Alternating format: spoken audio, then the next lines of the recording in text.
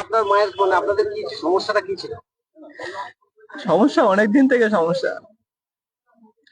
বিভিন্ন কারণবশত কাকা খুব উল্টো পাল্টা মাকে বলতো, বাবাকে বলতো। বাবা যখন জীবিত থাকতো, বাবা বিগত 4 মাস আগে বাবা মারা গেছে।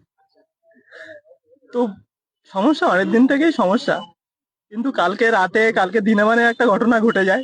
সেখানে কাকা, আমার মা বলে যে যে এই আমার যে আম গাছ আছে, আম গাছের আমি আম পাচ্ছি না।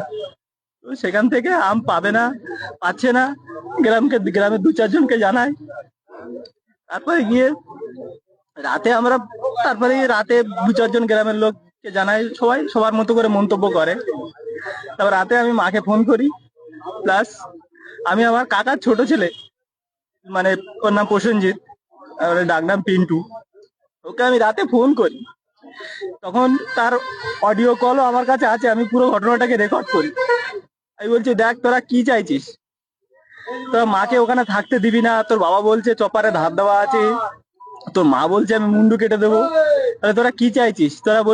ওরা বলছে যে এই ভিটে আমি থাকতে দেবো না। মানে ওরা চাইছে কি আপনাদের জায়গায় সম্পত্তি সমস্ত কিছু রাইভ করবে? হয়তো হতে পারে, তার কথা অনুযায়ী এটাই। আমি বললাম যে দেখ, তোর মা বাবাকে বুঝা, তুইও বোঝ জিনিসটা।